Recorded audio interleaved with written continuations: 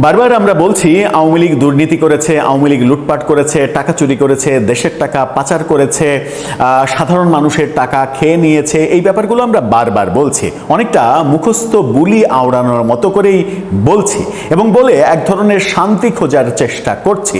তার বিপরীতে আমাদের কর্মকাণ্ডগুলো কি হওয়া উচিত ছিল? ভালো এবং দেশের স্বার্থে।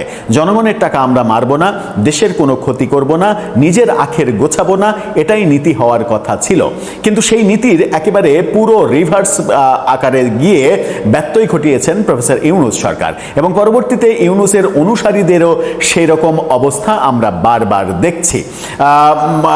নীতি থেকে সরে যাওয়া এবং ঠিক আওয়ামী লীগের মতোই কিংবা কখনো কখনো আওয়ামী লীগের চাইতে অনেক বেশি খারাপ কাজ যদি আপনি করেন, তাহলে আওয়ামী লীগকে আর খারাপ বলার অপশন থাকে কি আপনার? থাকে না।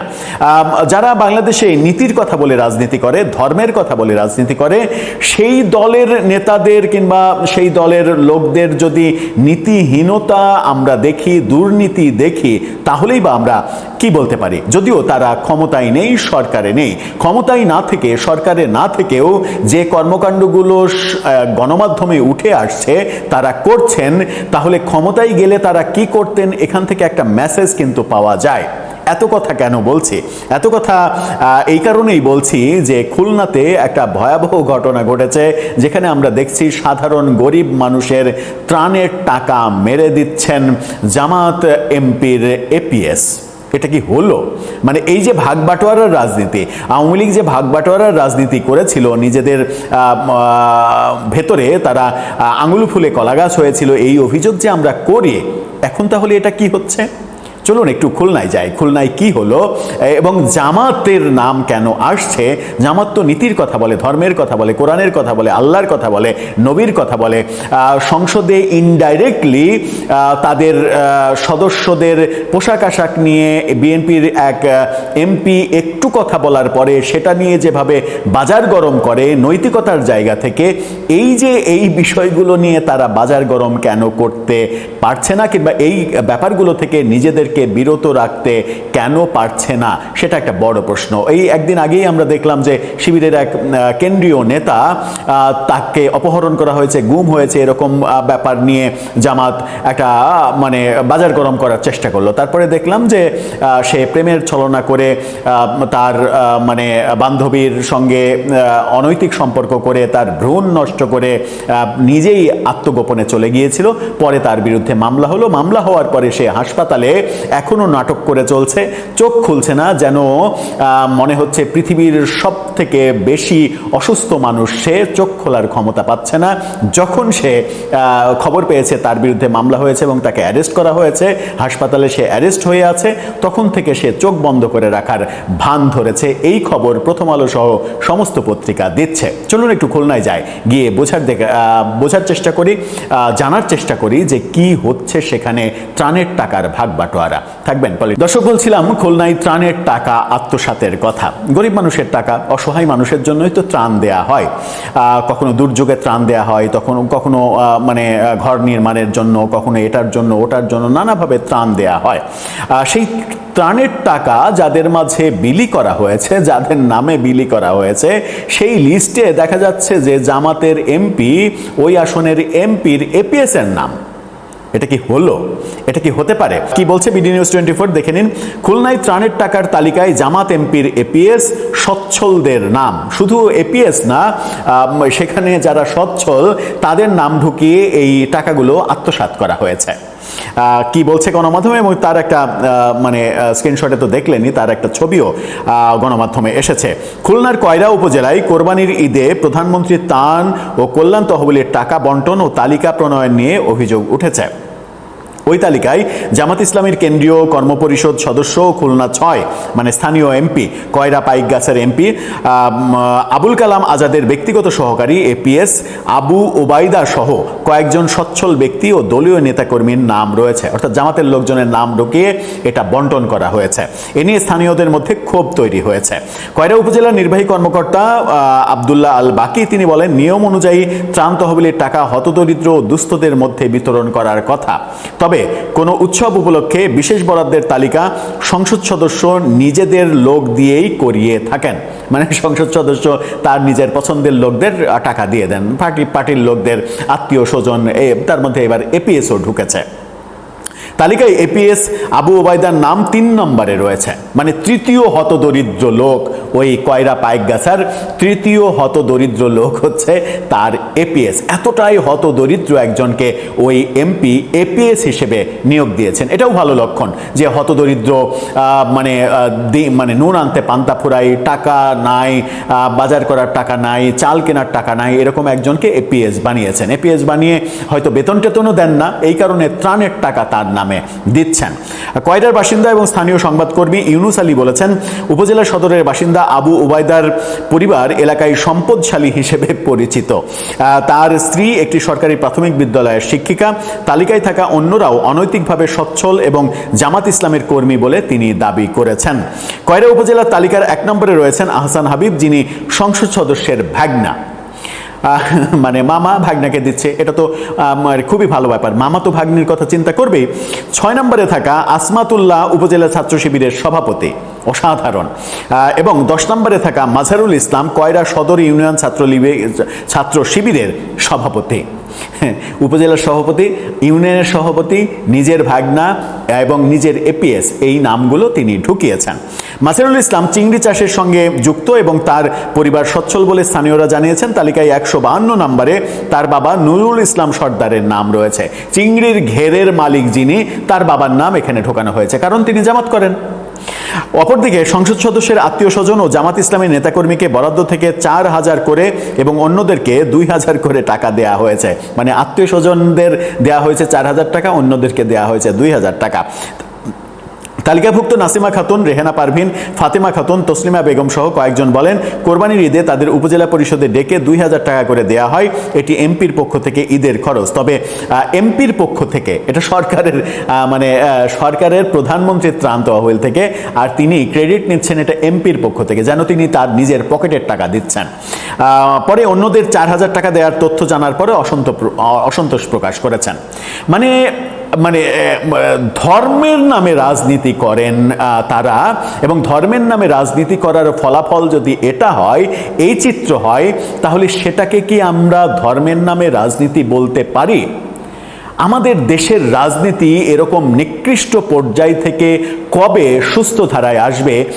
আমরা শুধু মুখে আওয়ামী লীগকে ফ্যাসিস্ট, চোর, দুর্নীতিবাজ, টাকা পাচারকারী, লুটেরা, এই কথাগুলো, এই বিশেষণগুলো দিয়েই যাব, আর আমরা নিজেরা ভাগবাটোয়ারার ভাগনা ভাগ্নি, আত্মীয় স্বজন, নিজের দলের নেতা, বড় নেতা, তাদের মাঝেই টাকা বিতরণ করে যাব। কি ভয়াবহ সংকটে পড়েছে আমাদের রাজনীতি। দর্শক, আপনার কাছে কি মনে হয়, যখন বিএনপি ক্ষমতায় তখন জামাত এরকম সার্কাস দেখাচ্ছে, ব্যাপারটা খুব ভালো না? নাকি আপনি বলবেন এই কথা বলে কি রাগ করলা? আপনার মতামত জানিয়ে লিখতে পারেন আমাদের কমেন্ট বক্সে।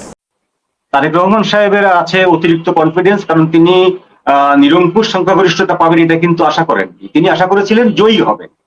তাকে ডিপ স্টেট থেকে শুরু করে মার্কিন প্রতিনিধিরা, ভারতীয় প্রতিনিধিরা তাকে জয়ী করাবে, জামাতের এগেনিস্টে তাকে জয়ী করাবে, যেহেতু আওয়ামী লীগ নাই, এটা উনি নিশ্চিত ছিলেন। কিন্তু এই পরিমাণ ব্যবধানে জয়ী করাবেন, এত বড় বিজয় পাবেন, এটি কিন্তু তিনি কল্পনা করেননি। এই বড় বিজয়টা পাওয়ার ফলে যেটা হয়েছে, তার কনফিডেন্স লেভেলটা অনেক বেশি বড় হয়ে গেছে।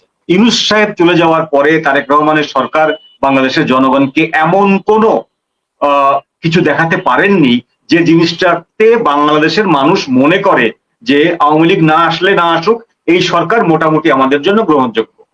এরকম কোনো জিনিস কিন্তু দেখাতে পারেননি, বিশেষ করে আইন শৃঙ্খলা পরিস্থিতি এবং অর্থনীতি।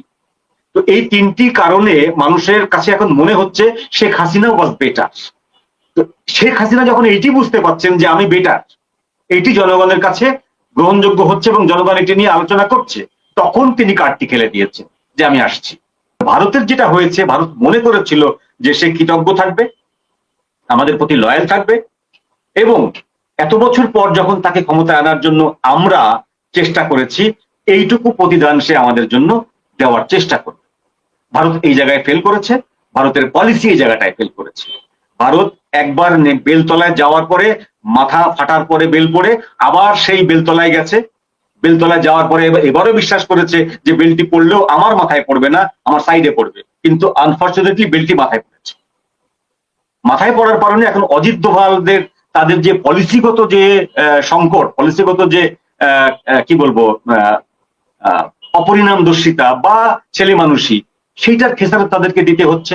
সেটা খেসারত দিতে যে যেটা করছে তারা, সেটি হলো যে এই যে প্রোটোকল গুলো ব্যবহার করছে বা টার্মস গুলো ব্যবহার করছে, এই যে জাহিদ রহমান সাহেবের সঙ্গে যেটা করলেন, এটা না করলেও পারতেন, এটা না করলেও পারতেন। কিন্তু বাংলাদেশের সঙ্গে সম্পর্কটা যে সৌহার্দ্যপূর্ণ নেই বা বাংলাদেশের সঙ্গে সম্পর্কটা ভালো করে তোলবার যে ভারত সরকারের তরফ থেকে কোনো তাড়াহুড়ো বা তাগিদ নাই, সেটার যে একটা বার্তা স্পষ্ট করে ভারত সরকার দিতে চাইছে, সেটা ভারতের ক্রমাগতভাবে সীমান্ত দিয়ে পুশিন এবং বাংলাদেশ সরকারের বারবার উদ্বেগ প্রকাশের পরেও তাতে কোনো সাড়া না দেওয়াতেই একরকমের আঁচ করতে পারা যাচ্ছিল। ভারত সরকারের তরফে আনুষ্ঠানিকভাবে তারেক রহমানকে এখন পর্যন্ত ভারত সফরের কোনো আমন্ত্রণ জানানো হয়নি, সেটা নিয়ে বাংলাদেশ সরকারের ভেতরে উদ্বেগ আছে, সে খবরও নানা সূত্রে জানা যাচ্ছিল। সর্বশেষ তারেক রহমানের অত্যন্ত ঘনিষ্ঠ বিশ্বস্ত তার উপদেষ্টা, তথ্য উপদেষ্টা জাহেদুর রহমানকে দিল্লিতে প্রবেশে বাধা দিয়ে যেভাবে দেশে ফেরত পাঠানো হলো, এরপর কূটনৈতিক মহল, বিশ্লেষকেরা সকলেই বলছেন যে এটাকে একটা সামান্য পাসপোর্ট ভিসার সমস্যা হিসেবে দেখবার কোনো সুযোগ নেই। ভারত তারেক রহমান সরকারকে কি বার্তা দিতে চাইছে আর এত স্পষ্ট করে তাদের সঙ্গে সম্পর্কটা ভালো করতে চাইছে না, দরজাটা বোধহয় বন্ধ, এই বার্তা কেনই বা দিতে চাইছে? আর সেসব বার্তা বুঝেই কি শেখ হাসিনা আওয়ামী লীগ সভানেত্রী ঘোষণা দিয়ে বসেছেন মে মাসেই যে 6 মাসের মধ্যে তিনি দেশে ফিরবেন? এসব নিয়ে আলোচনায় আমার সঙ্গে যুক্ত হয়েছেন সাংবাদিক বিশ্লেষক মঞ্জুরুল হক। মঞ্জুরুল হক, আপনাকে স্বাগত জানাই। ভারত তারেক রহমান সরকারকে খুব স্পষ্ট কিছু বার্তা দিতে চাইছে কিনা, এই বার্তাগুলো এত স্পষ্ট করছে কেন? তারা কি বেহেনজিকে, শেখ হাসিনাকে ঢাকায় ফিরিয়ে আনতে, বাংলাদেশের রাজনীতিতে ফিরিয়ে আনতে খুব অধীর হয়ে উঠেছে? তারেক রহমানের সঙ্গে বন্ধুত্ব হবে না সেটা এতদিনে বুঝতে পেরেছে? ধন্যবাদ। এইটাকে বরং বিপরীত দৃষ্টিভঙ্গি থেকে দেখি আমরা। সেটি হলো, এই যদি ধারাবাহিকভাবে আমরা দেখি যে ভারতের বরাবরই একটা বদনাম আছে, সেটি হলো যে ভারত আওয়ামী লীগকে সমর্থন করে। ঐতিহাসিকভাবে এটা বাংলাদেশে একেবারেই প্রতিষ্ঠিত যে আওয়ামী লীগ ভারতপন্থী, ভারত আওয়ামী লীগপন্থী। তো ভারতের দরকারটা কি? ভারতের দরকারটা হচ্ছে একটা নির্ঝঞ্ঝাট ব্যবসার সম্পর্ক, একটা অনাক্রমণ সম্পর্ক, যে একে অপরকে আক্রমণ করবে না, সীমান্তে পাচার হবে না, বা এইখানে বাংলাদেশের কোনো ভূখণ্ড ভারত বিরোধী কোনো গোষ্ঠী ব্যবহার করবে না। এরকম কতগুলো মোটা দাগের বিষয় ভারতের সাথে একটা আন্ডারস্ট্যান্ডিং বাংলাদেশের বরাবরই ছিল সব সরকারের আমলে। তো সেইটা প্রতিপালিত হতো সবচেয়ে বেশি আওয়ামী লীগ আমলে, যে কারণে আওয়ামী লীগের উপরে এক ধরনের আরোপ করা হয় বাংলাদেশের অন্যান্য দল থেকে যে এরা ভারতের দালাল। ভারত এই যে খেতাবটা বা এই বদনামটা, এটা ঘোচাবার জন্য এর আগেও একবার চেষ্টা করেছিল। 2001 সালে বিএনপি যখন ক্ষমতায় আসে, তখন বিএনপির সাথে একটা ভালো সম্পর্ক তৈরি করার জন্য ভারত উদ্যোগ নিয়েছিল।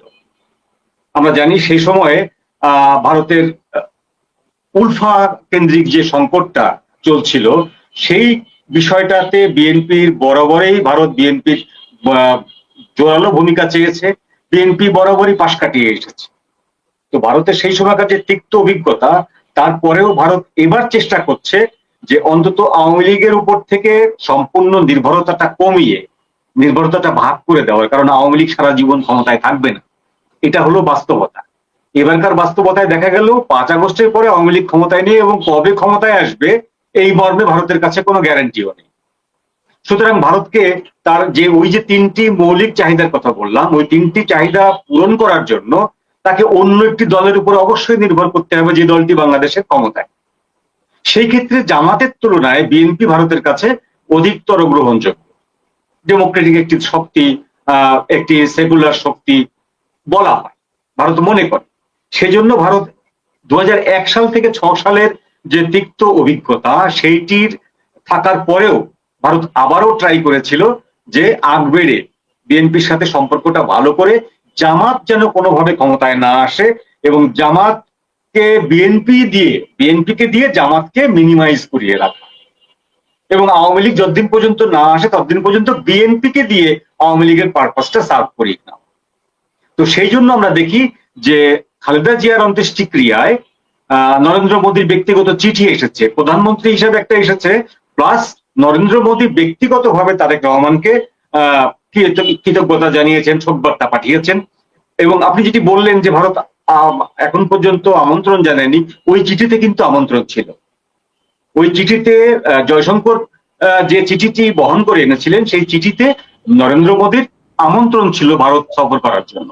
এবং তারেক রহমান প্রথম যে চিঠি পাঠালেন, মানে উনি তো প্রথম সরকার প্রধান যিনি ফোন করে বসলেন, তারপরে চিঠি পাঠালেন একেবারে সকালবেলা নির্বাচন শেষ হওয়ার আগেই।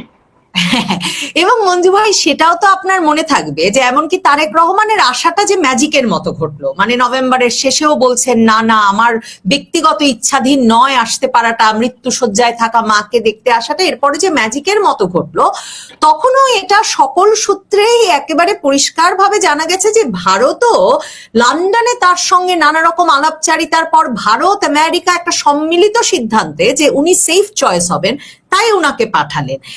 কিন্তু মানে প্রশ্নটা হচ্ছে, এরপরে খলিলুর রহমান গেলেন, আনুষ্ঠানিক কোনো আমন্ত্রণ কিন্তু এস জয়শঙ্কর বা ভারতের পররাষ্ট্র মন্ত্রণালয়ের বিবৃতিতে এলো না, কোনো আনুষ্ঠানিক চিঠি আর আসেনি। এবং খুবই গুরুত্বপূর্ণ আমার কাছে যেটা মনে হয় যে শেখ হাসিনা বলছিলেন বটে যে এই বন্ধুত্ব টিকবে না, এই বন্ধুত্ব হবে না, 10 ট্রাক অস্ত্র যারা উলফার জন্য আনে তাদের সঙ্গে ভারত কেন কোনো প্রতিবেশীর বন্ধুত্ব হবে না। কিন্তু ভারত এত তাড়াতাড়ি অধৈর্য হয়ে গেল কেন? তারেক রহমানের উপর তারা একটা নানা রকম আলাপ আলোচনা সূত্র তৈরি করলো, এত ইনভেস্ট করলো, মানে বারবার আসা, চিঠি দেওয়া, এরপরে এত তাড়াতাড়ি অধৈর্য হলো কেন? মানে সরকারের বয়স তো হয়েছে 4 মাস, তারেক রহমানকে এত শায়েস্তা করতে চাইছেন কেন তারা? এই ব্যাপারটাতে হচ্ছে যে ভারতের যে পয়েন্টগুলো ছিল অজানা পয়েন্ট, যেগুলো আমরা এখনো জানি না বা কোনো সূত্র থেকে প্রমাণিত নয়, যে ভারতের সাথে তারেক রহমানের কি আন্ডারস্ট্যান্ডিং হয়েছিল, এটা আমরা কম বেশি সকলে জানি। যে আন্ডারস্ট্যান্ডিং এর ফলেই কিন্তু তারেক রহমান, আপনি যেটি বললেন যে নভেম্বরেও তিনি আসবেন বলে এরকম কোনো নিশ্চয়তা ছিল না, সেই তিনি ডিসেম্বরের 25 তারিখে হুট করে চলে আসলেন, এবং তাকে যে গ্র্যান্ড রিসিপশনটা দেওয়া হলো এটি প্রোটোকলের বাইরে। তো সবকিছু মিলিয়ে সেই সময় থেকে সবাই জানছে, আমরা বুঝতে পারছি যে ভারতের এখানে বড় ধরনের একটা ভূমিকা আছে। কিন্তু কি পয়েন্টে, কোন পয়েন্টে ভারত বিএনপির সাথে আন্ডারস্ট্যান্ডিং এ আসলো সেটি আমরা জানি না। আমরা আন্দাজ করতে পারি সেটি হলো, প্রথম পয়েন্টটি হচ্ছে যে তাদের যে বিচ্ছিন্নতাবাদী শক্তি বলতে তারা যেগুলো বোঝায়, তাদের যে সাউথ ইস্টে, নর্থ সাউথে, সেই বিচ্ছিন্নতাবাদী শক্তিগুলোর কোন শক্তিকে বাংলাদেশের ভূখণ্ড ব্যবহার করতে দেওয়া হবে, নাম্বার 1। নাম্বার 2 হচ্ছে একটি গণতান্ত্রিক সরকার পরিচালনা করে গণতান্ত্রিক ভাবে বাংলাদেশ পরিচালনা করতে হবে, যেখানে সকল দলের অংশগ্রহণ নিশ্চিত হয়। তারা স্পেসিফিক বলবে না কখনো যে আওয়ামী লীগকে রাজনীতি করতে দিন, ফিরিয়ে নিন, তাকে নির্বাচন করতে দিন, এটি বলবে না। কিন্তু তারা ওই কথার আড়ালে যে সকল দলের অংশগ্রহণ নিশ্চিত করুন, এটি গণতন্ত্রের পরিভাষায়। 3 নম্বর ছিল যে ভারতের সঙ্গে বাংলাদেশের যে স্থগিত যে ব্যবসা বাণিজ্যের যে বিষয়টি, করিডোর থেকে শুরু করে অন্যান্য বিষয়গুলো, সেগুলো যেন আগের মতো আবার চালু হয়, এবং বাংলাদেশ যে ভারতের ভূখণ্ড ব্যবহার করতো ব্যবসার জন্য, সেটিও ভারত খুলে দেবে। এইরকম মোটা দাগে 3টি পয়েন্টকে আমরা অনুমান করতে পারি যেগুলো ভারতের আশা ছিল।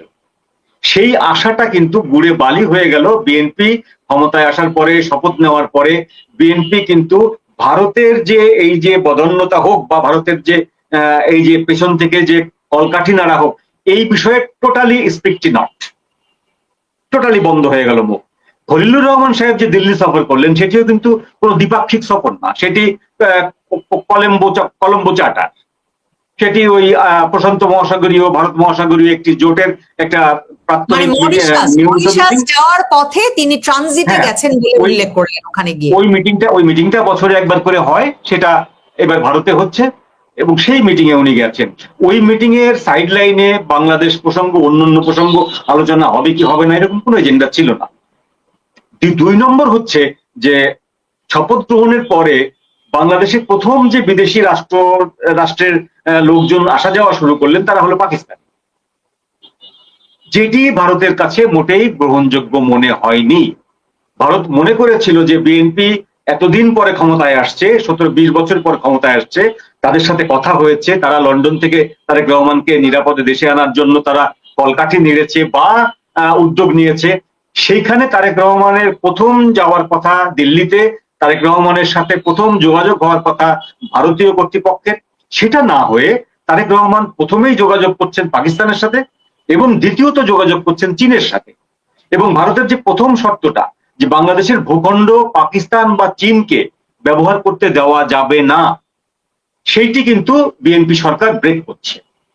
চীনকে এখন পর্যন্ত অফিসিয়ালি দেওয়া হয়নি, কিন্তু এটি এক অর্থে দেওয়া হচ্ছে যে লালমনিরহাট এয়ারবেসটা নতুন করে সংস্কার করে এটিকে ব্যবহার উপযোগী করার জন্য চীনকে দায়িত্ব দেওয়া হচ্ছে। চীন এই কাজটি পাকিস্তানকে দিয়ে করিয়ে দেবে সাব কন্ট্রাক্ট দিয়ে। সুতরাং এই ভারতের দুইটি প্রধান শত্রু এই লালমনিরহাটে এসে অকুপাই হচ্ছে, এবং এই লালমনিরহাটের পাশেই হচ্ছে তিস্তা ব্যারেজ, সেখানে চীন এসে অকুপাই হচ্ছে। এই দুটো বিষয় ভারতের কাছে মোটেই ভালো লাগেনি।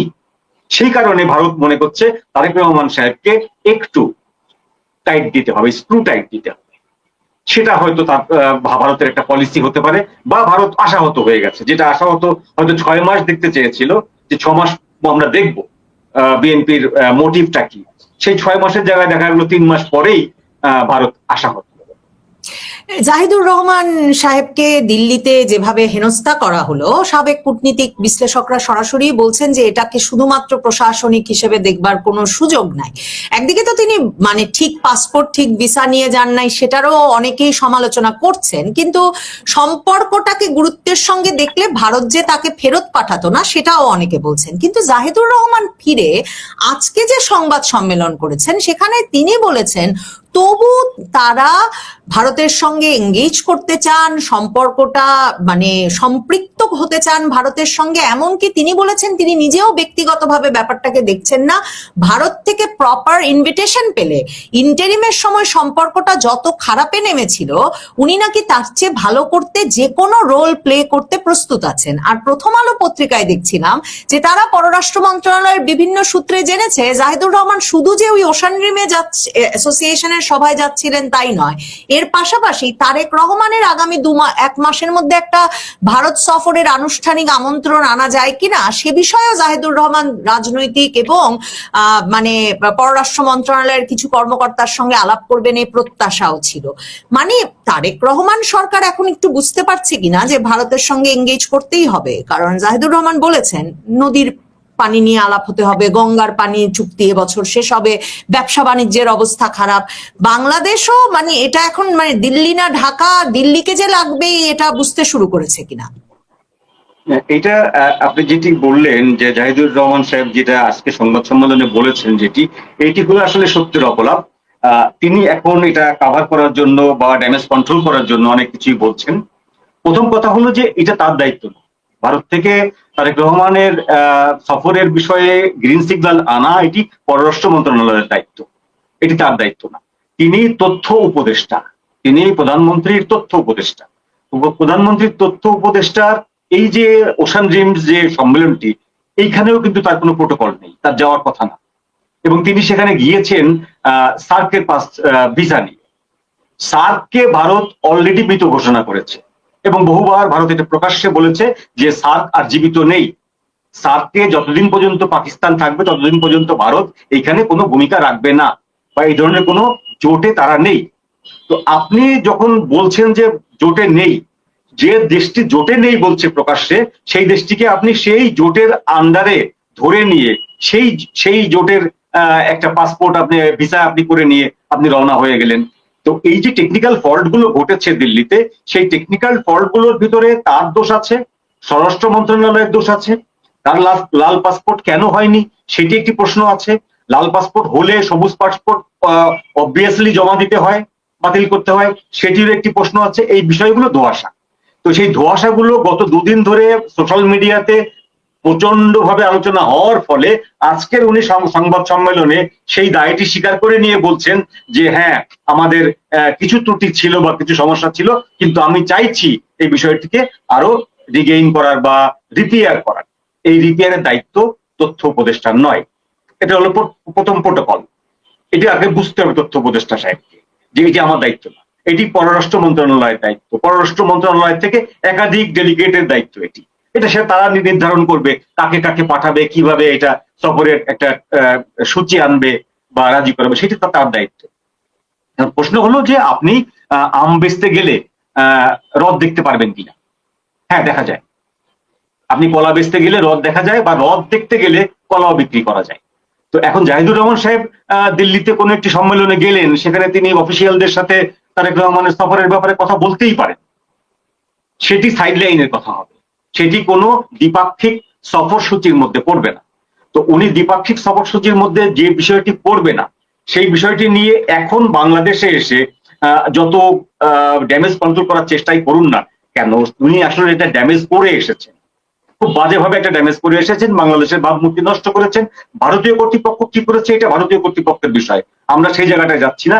আমাদের বক্তব্য হলো যে আমাদের একজন প্রতিনিধি যখন বিদেশে যেয়ে এই ধরনের একটা বিব্রতকর অবস্থার সৃষ্টি করেন, সেখানে ব্যক্তিগতভাবে তার আবেগ, অভিমান, এই বিষয়গুলোর কোনো ভ্যালু নেই, কিচ্ছু ভ্যালু নেই।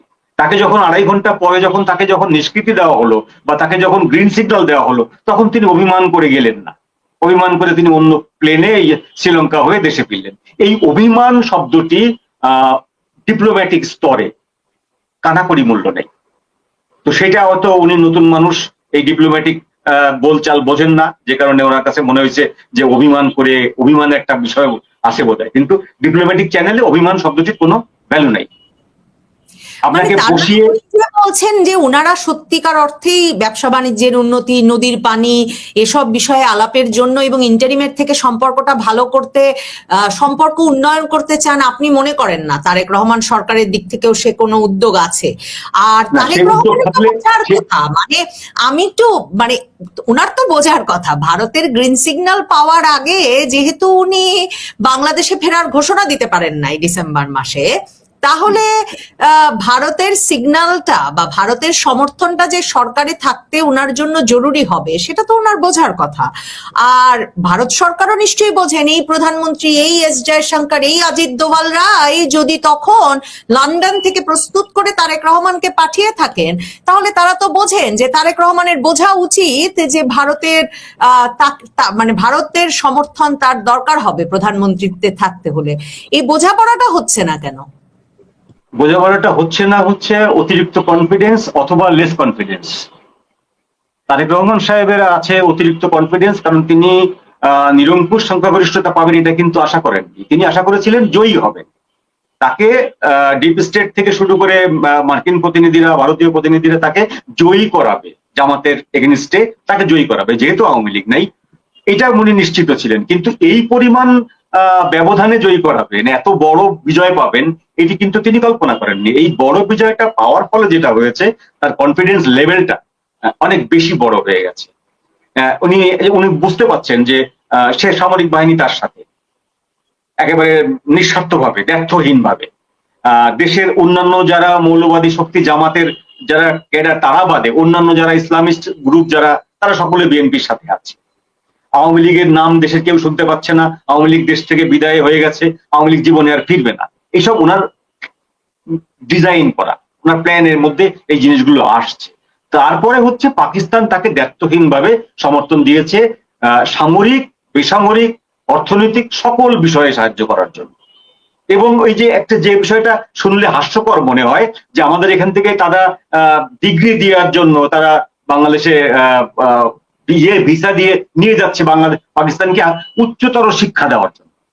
যে পাকিস্তানের শিক্ষা ব্যবস্থা আমাদের থেকেও নিম্ন স্তরের, তারা আমাদের উচ্চ শিক্ষা দেওয়ার জন্য আমাদেরকে নিয়ে যাচ্ছে এবং আমাদের মন্ত্রীরা লাভাচ্ছে। তো এই সবকিছু মিলিয়ে তারেক রহমান সাহেবের চীনের সাথে সম্পর্ক, পাকিস্তানের সঙ্গে সম্পর্ক, এবং পাকিস্তান বলেই দিয়েছে তারা চীনকে এখানে নিয়ে আসবে, বা চীন পাকিস্তান মিলে এই কাজগুলো করবে। এর ফলে তারেক রহমান সাহেবের যে কনফিডেন্স লেভেলটা, এটা মাত্রাতিরিক্ত হাই হয়ে গেছে। আর ভারতের যেটা হয়েছে, ভারত মনে করেছিল যে সে কৃতজ্ঞ থাকবে, আমাদের প্রতি লয়াল থাকবে, এবং এত বছর পর যখন তাকে ক্ষমতায় আনার জন্য আমরা চেষ্টা করেছি, এইটুকু প্রতিদান সে আমাদের জন্য দেওয়ার চেষ্টা করবে। ভারত এই জায়গায় ফেল করেছে, ভারতের পলিসি এই জায়গাটায় ফেল করেছে। ভারত একবার বেলতলায় যাওয়ার পরে মাথা ফাটার পরে বেল পড়ে আবার সেই বেলতলায় গেছে, বেলতলায় যাওয়ার পরে এবারও বিশ্বাস করেছে যে বেলটি পড়লেও আমার মাথায় পড়বে না, আমার সাইডে পড়বে, কিন্তু আনফর্চুনেটলি বেলটি মাথায় পড়েছে। মাথায় পড়ার কারণে এখন অজিত দোভালদের তাদের যে পলিসিগত যে সংকট, পলিসিগত যে কি বলবো অপরিণামদর্শিতা বা ছেলে মানুষই, সেইটার খেসারত তাদেরকে দিতে হচ্ছে।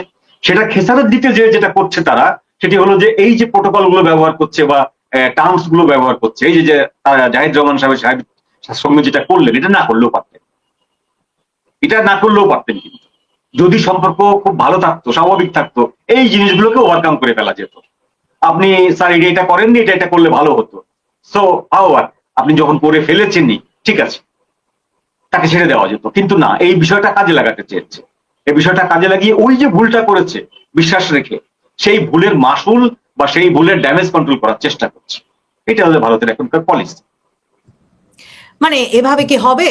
মানে মন্ত্রী মিনিস্টারদের হ্যারাস করে, বিব্রত করে কিংবা পুশিং করতে থেকে সেভাবে কি ভারত আসলে সম্পর্ক তো উন্নয়ন করতে চাইছেও না মনে হয়। মানে কি করবে? মানে ব্যাপারটা আলাদা, ব্যর্থতা তো প্রমাণিত হয়েছে, এখন কি করবে? আর আপনি কোনোভাবে মনে করেন কিনা, যদিও ভারতীয় সংবাদ মাধ্যম শেখ হাসিনাকে বারবারই জিজ্ঞেস করেছেন, উনি বলেছেন উনি জনগণের শক্তিতে ফিরবেন, কিন্তু আপনি মনে করেন কিনা এই সম্পর্কটা ধসে পড়েছে সেটা বুঝেই আবারও শেখ হাসিনা মুখ খুললেন, এবং মানে ভারতের সঙ্গে সম্পর্ক ধসে পড়া তো মানে আন্তর্জাতিক আস্থার জায়গা থেকেই একটা বাংলাদেশের একটা সরকারের সরে আসার মতো একটা ব্যাপার। তো সেই অবস্থায় শেখ হাসিনা ঘোষণা দিয়ে দিলেন তিনি 6 মাসের মধ্যে ফিরবেন। মানে শেখ হাসিনার ঘোষণার সাথে ভারত সরকারের অধৈর্য হয়ে যাওয়া, এ ধরনের বার্তা দেওয়া, এর কোনো সম্পর্ক দেখেন? এই জায়গাটা সম্পর্ক দেখি না, আবার দেখি। সেটি হলো যে ভারতের এই যে পররাষ্ট্র বিষয়ক যে পলিসি গুলো, ভারতের সাউথ ব্লকের বিশেষজ্ঞদের, এক্সপার্টদের যে পলিসি গুলো, এর তুলনায় শেখ হাসিনার পলিসি অনেক সার, আমি বলি। কারণ শেখ হাসিনা কতগুলো বেসিক জায়গা জানেন, যে বেসিক গুলো ভারত সমস্যা করে, ভারত ভুল করেছে। সেই বেসিকটা হচ্ছে যে বিএনপি বা জামাত কখনো ভারতকে সেই জিনিসটি দিতে পারে না, সেই নিশ্চয়তা দিতে পারে না যে নিশ্চয়তা আওয়ামী লীগ দিতে পারে। এই যে বেসিকটা, এই বেসিকটা কিন্তু আমাদেরকে মনে রাখতে হবে যে একসময় শেখ হাসিনা ক্ষমতায় থাকাকালীন 5-7 বছর আগে একটি বিবৃতিতে বলেছিলেন, আমি ভারতকে যা দিয়েছি সারা জীবন মনে রাখবে। তো এই যে সারা জীবন মনে রাখবে, মনে রাখতে হবে, তার মানেটা কি? তার মানেটা হচ্ছে যে এই জিনিসটা আওয়ামী লীগ সরকার যেভাবে দিয়েছে, এইটা কিন্তু আর কেউ সেভাবে দেবে না। এটা হলো বেসিক।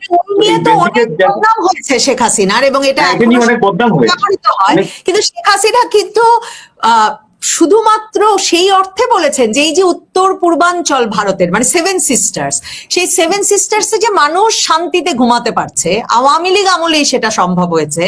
হিমন্ত বিশ্ব শর্মা আসামের মুখ্যমন্ত্রীও তখন সে কথা বলেছিলেন। তো উনি ওই সূত্রে বলেছিলেন যে আমি যা দিয়েছি আর কেউ দিতে পারে নাই, কারণ বাংলাদেশে আর কোনো সরকার উত্তর পূর্বাঞ্চলকে ভারতে শান্ত রাখার জন্য কাজ করে নাই। সেটা তো আছেই। প্লাস এখন এই যে তিনি বলছেন, তিনি যে ভারতীয় কর্তৃপক্ষ বিএনপিকে চাপে রাখবে, বিএনপি চাপে পড়ে আওয়ামী লীগকে ডাক দেবে, ব্যাপারটা এরকম না। এটা শেখ হাসিনাও বিশ্বাস করেন না। শেখ হাসিনা যেটা আসতে চেয়েছেন, সেটি আমার কাছে যেটা মনে হয়, সেটি হলো জাস্ট একটা দান ছেড়ে দেওয়া। হ্যাঁ, যারা তাস খেলে তারাও ব্লাইন্ড খেলে, তাস দেখে না, না দেখে এটা ব্লাইন্ড খেলে। যে যদি দেখা গেলো যারা ভালো ভালো কার্ড পেয়েছে, সেই ভালো ভালো কার্ড আলাদা একসময় ভয়ে বসে পড়ে যে না জানি ওর হাতে কি আছে। যে ব্লাইন্ড খেলছে সে ক্রমাগত ব্লাইন্ড খেলে যাচ্ছে। তো ব্লাইন্ড খেলার সুবিধাটা হলো যে লেগে গেলে ছক্কা, না লাগলে ফক্কা। তো না লাগলে ফক্কা হলে সমস্যাটা কি? তার তো লাগছেই না। তিনি একটি চাল দিয়ে দিলেন যে রিপার্কেশনটা কেমন। তো যে রিপার্কেশনটা বাংলাদেশে হয়েছে সরকারি মহলে এবং বেসরকারি মহলে সাধারণ মানুষের ভিতরে, এই রিপার্কেশনটা শেখ হাসিনার অনুমিত ছিল এবং তিনি সন্তুষ্ট। তিনি এটাই চেয়েছিলেন যে তিনি আসছেন, এই ঘোষণাটার পরে বাংলাদেশের মানুষ কিভাবে ব্যাপারটাকে রিয়াক্ট করে, কিভাবে ব্যাপারটা নেয়। এর সাথে আপনি ভারতের পুশিন বা তারেক রহমানের সঙ্গে ভারতের যে সম্পর্ক টানাপোড়েন, এটা কিন্তু সম্পর্কযুক্ত না। কারণটা হলো যে ভারত ভালো করে জানে যে তারেক রহমানের বিএনপি জামাতকে পুনর্বাসিত করেছে 70s-এ 80s-এ।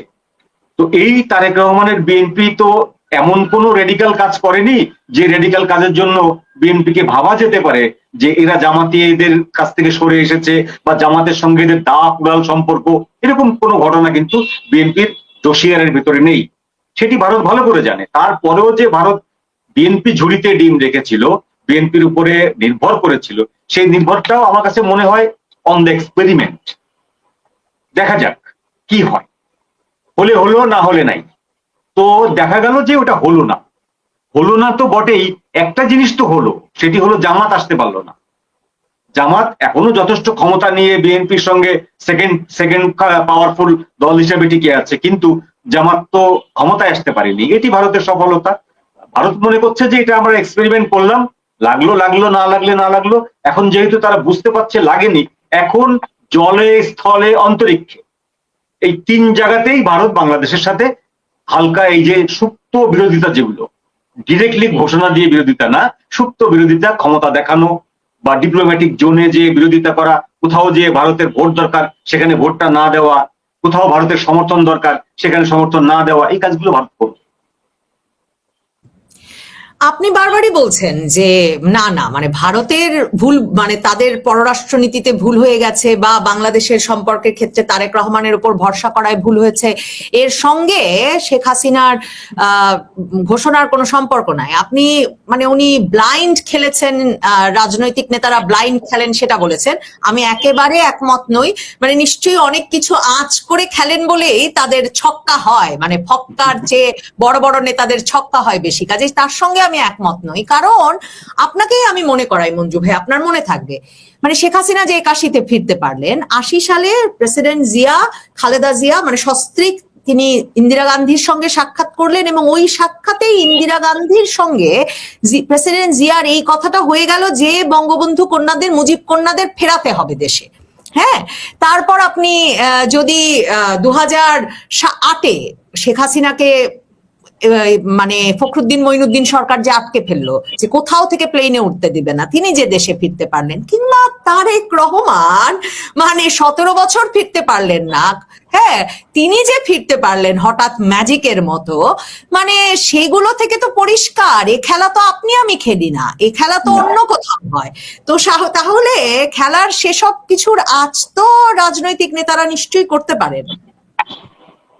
কিন্তু আমি আমি আবারও বলছি যে আপনি একমত না নন সেটা ঠিক আছে, কিন্তু আমি একমত নই এই জন্য যে ভারতের সাথে ভারতের যে তারেক রহমানের উপরে নির্ভরতা বা তারেক রহমানের সঙ্গে সম্পর্ক উন্নয়নের চেষ্টা, এর সাথে শেখ হাসিনার ফিরে আসার কোনো ব্যাপার তেমন ভালো যোগাযোগ নেই। এই কারণে বলছি যে ভারত তো শর্ত দিয়ে দিতে পারত, তারেক রহমানের আসার আগেই শর্ত দিয়ে দিতে পারত যে আপনাকে আমরা নিরাপদে বাংলাদেশে প্রত্যাবর্তন করার ব্যাপারটায় কাজ করব, আপনি বাংলাদেশে ফেরার পরেই আপনাকেও শেখ হাসিনাকে প্রত্যার্পণ করার ব্যাপারে কাজ করতে হবে।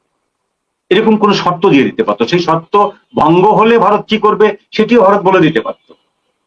তা সেটি যখন বলেনি, তার মানে তারেক রহমানের উপরে এরকম কোনো এম্বার্গো নেই বা এরকম কোনো দায় নেই যে ভারতের বন্ধুত্ব গ্রহণ করার জন্য তাকে শেখ হাসিনাকে বাংলাদেশে ফিরিয়ে আনতে হবে বা তার উপর থেকে মামলা প্রত্যাহার করতে হবে বা তার যে রায় মামলার সেটিকে প্রত্যাহার করতে হবে, এরকম কোনো দায় তারেক রহমানের উপরে নেই। এটি তো ভারতের ব্যর্থতা। আপনি যদি দায়হীন ভাবে একজনকে অনুরোধ করলেন, সে অনুরোধ না রাখলে কি হবে সেটি আপনি তাকে জানালেন না, তাহলে তো সে অনুরোধ রাখলো না, এখন আপনি কি করবেন? ব্যাপারটা এই জায়গাটায় চলে এসছে। ভারত তাদেরকে অনুরোধ করেছিল তারেক রহমান সাহেবকে, কিন্তু সেই অনুরোধ না রক্ষা করলে কি হবে এইরকম কোনো শর্ত কিন্তু ভারত দেয়নি। দিলে আজকে তারেক রহমান সাহেব এত ফ্রিলি এই বিষয়টা হ্যান্ডেল করতে পারতেন। শেষ করি, কিন্তু অনেকবার যখন শেখ হাসিনার ফেরা নিয়ে কথা হলো, জাহিদুর রহমানের এই ঘটনার আগে তো সেটাই রাজনীতির মূল আলোচ্য ছিল, মানে এখনো সামাজিক যোগাযোগ মাধ্যমে নানাজন নানা প্রতিক্রিয়া দেখিয়েই যাচ্ছেন।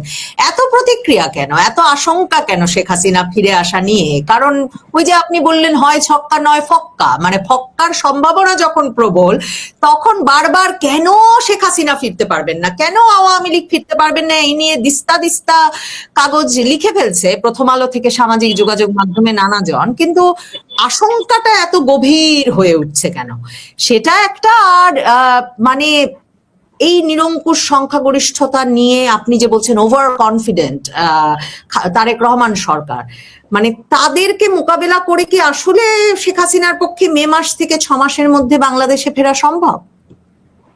এইটা একটা বিষয় হলো, আপনার বিশ্লেষণ।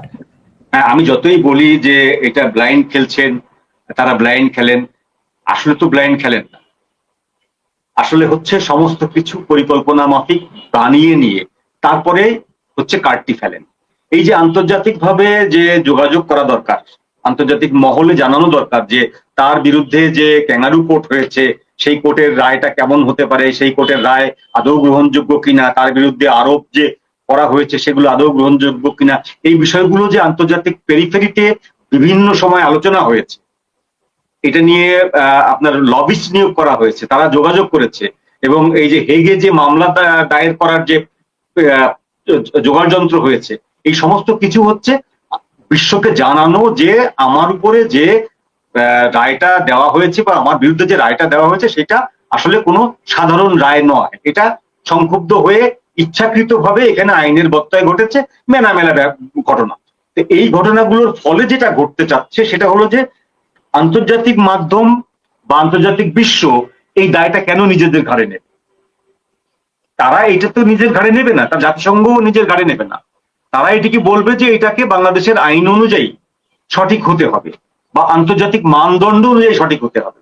এই যে মানদণ্ড অনুযায়ী যে সঠিক হয়নি, এটি তারেক রহমান সাহেবের সরকারও জানেন, যে ইউনূসের যে ওই ট্রাইব্যুনালের রায়, ওটি যে সঠিক হয়নি, সেই ট্রাইব্যুনালের শেখ হাসিনার বিপক্ষে লড়তে থাকা এক ভদ্রলোক ব্রিটিশ আইনজীবী তিনি পর্যন্ত স্বীকার করেছেন যে এই রায়টি কোনোভাবেই গ্রহণযোগ্য রায় না, কারণ এত তাড়াহুড়া করে এইরকম একজন ব্যক্তির এইভাবে রায় মৃত্যুদণ্ডের রায় দেওয়া এটি সমীচীন নয়। তো সেই জন্য ওই কাজটা হয়েছে ওইদিকে। ভারতের কাছ থেকে তারেক রহমান সাহেব যে সুবিধাটা নিয়েছেন, সেখানে একটা সফট কর্নার তারেক রহমান সাহেবের রয়ে গেছে, ভারতের প্রতি দায়বদ্ধতা রয়ে গেছে, এই দুটি। এবং 3 নম্বর হচ্ছে যে ইউনূস সাহেব চলে যাওয়ার পরে তারেক রহমানের সরকার বাংলাদেশের জনগণকে এমন কোনো কিছু দেখাতে পারেননি যে জিনিসটাতে বাংলাদেশের মানুষ মনে করে যে আওয়ামী লীগ না আসলে না আসুক, এই সরকার মোটামুটি আমাদের জন্য গ্রহণযোগ্য। এরকম কোনো জিনিস কিন্তু দেখাতে পারেননি, বিশেষ করে আইন শৃঙ্খলা পরিস্থিতি এবং অর্থনীতি। তো এই 3টি কারণে মানুষের কাছে এখন মনে হচ্ছে শেখ হাসিনা ওয়াজ বেটার। তো শেখ হাসিনা যখন এইটি বুঝতে পারছেন যে আমি বেটার, এইটি জনগণের কাছে গ্রহণযোগ্য হচ্ছে এবং জনগণ এটি নিয়ে আলোচনা করছে, তখন তিনি কার্ডটি খেলে দিয়েছেন যে আমি আসছি। তো এইবার দেখা যাক আসছি বলার সঙ্গে সঙ্গে কারা কারা রিয়াকশন করছে। যে ব্যক্তিরা রিয়াকশন করছে, এই প্রত্যেকটা ব্যক্তি তার এখান থেকে চলে যাওয়ার পেছনে কোনো না কোনো ভাবে কলকাঠি নেড়েছে। এই সমস্ত ব্যক্তিগুলো ওভার রিয়াক্ট করছে এখন। এটাও শেখ হাসিনা দেখাচ্ছিল যে কে কে ওভার রিয়াক্ট করে, দেখি। অসংখ্য ধন্যবাদ মঞ্জুরুল হক, ধন্যবাদ দর্শক যারা এতক্ষণ সঙ্গে ছিলেন।